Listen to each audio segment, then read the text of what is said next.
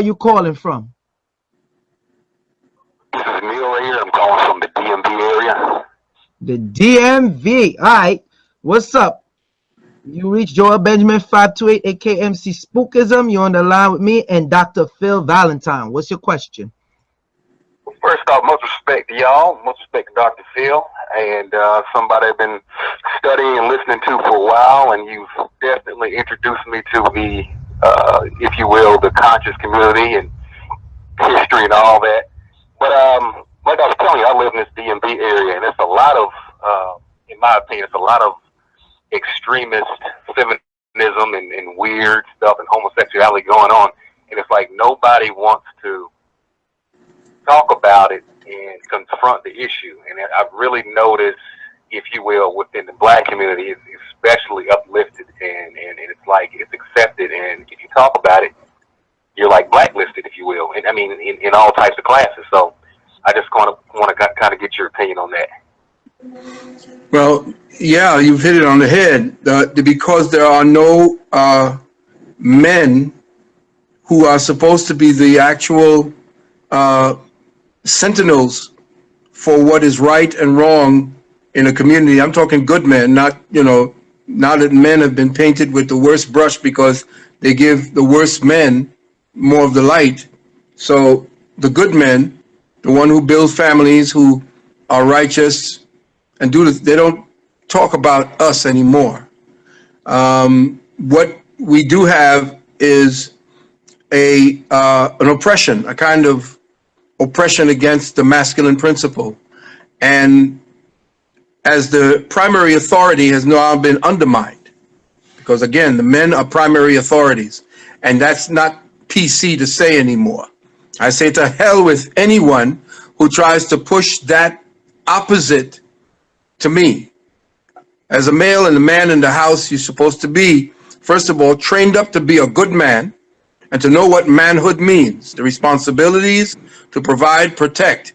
Either you learn to provide and protect, or you become a predator.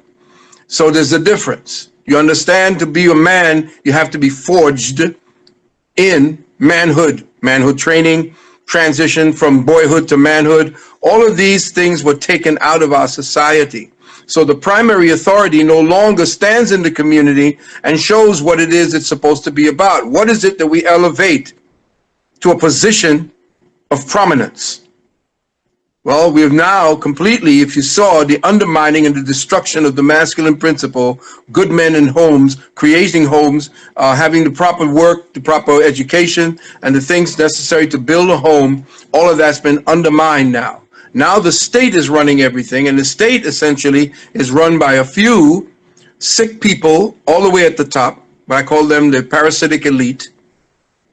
These people essentially have an agenda, and that is Agenda 21, to crop the population of the planet of at least 2 or 3 billion people. And if they don't do it now, they're doing it in degrees, almost like the frog in the boiling water.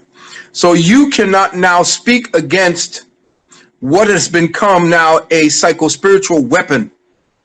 They have changed the language, demonized your morality and your sense, your natural sense for right and wrong, by undermining instincts. Again, remember, when I say you undermine gender, you undermine the natural instincts in the man and the woman, in the male and the female. So now, since no instincts or no developments, behavioral developments to the training and teaching of children, how to develop the proper instincts for right and wrong. Okay, because if you look at a 2-year-old and a 1-year-old, they'll do anything they want. And you say, no, you can't do that. Or you can't put your hand in the fire. You're going to do it? Go ahead. You're going to get burned. You can't do this. You cannot do that. You must do this. Am I conforming you to a sociological structure? Yes. And we've learned all the different ways that society can express itself. But the one thing that we've always maintained is that there was a difference between men and women. But if you want to destroy the society, which is the balance, the fulcrum to a society is a family of man and woman. Once you destroy that fulcrum, you do not have any more balance. And once that happens, that complete destruction of the underpinnings of balance, now easily you can pull the rug from that under that total society and you destroy the society. So you can't say what you have to say as a man, because you as the man have been demonized. Your primary authority status has been taken away from you. So now anything goes. And again, this is some very metaphysical principles. See, in the metaphysical mindset of a society, women are unconditional in their acceptances of certain things. And it has to do with the human factor. That's their nature. Men, in their nature, are conditional. You have to show and prove for men. When you're a man, you want to show and prove that you're a man. There are things that make you into a man and turn you into an alpha male, which then leaves you and gives you the better mating choices, so to speak. Because women don't want no beta men. They don't want any men that's crawling up after them. They want alpha men who think for themselves, who can solve problems and provide. This is being taken away so that the state is now the one that's doing everything, providing for you, telling you your instructions, so you don't need man anymore. Well, because of that, you no longer have the ability and the authority to say that's wrong. We will not allow that in our communities. And now I am going to help you with the necessary language and the necessary counter arguments to that type of dialogue that they're having in the schools, and the kind of perversity that they're now normalizing in your mind and in the mind of our children. Be there. Who is it? Thank you very much. That makes complete sense. It's like it's Somebody's at the door. like this, but it's almost like kind of got to go somewhere else. I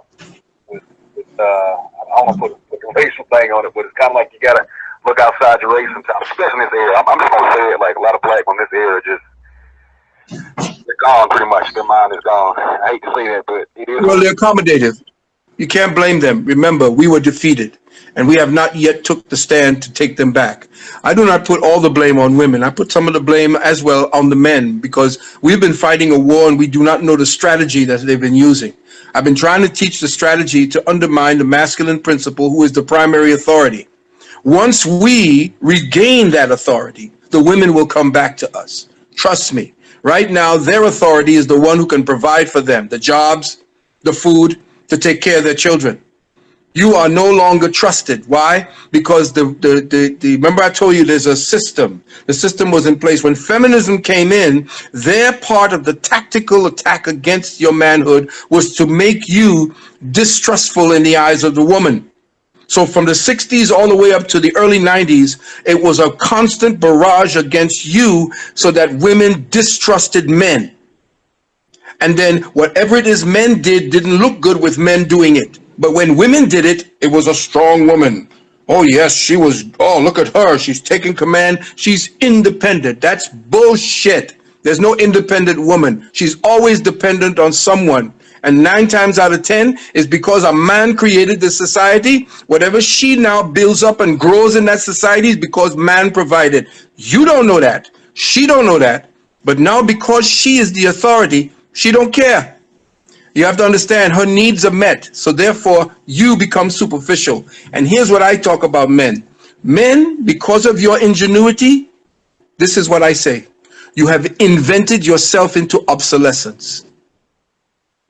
And now that you are no longer really needed, except for the love that you would give and to take care and to provide for whatever needs women have today, it's best to be a woman. So now men become women, and now it's now good for men to come out. No, as a man, you can step out because you're no longer threatening. You no longer want to take over what I want. You're now becoming a woman, so hell, hey, isn't men the new women? Yeah, it's like they don't see them as a threat.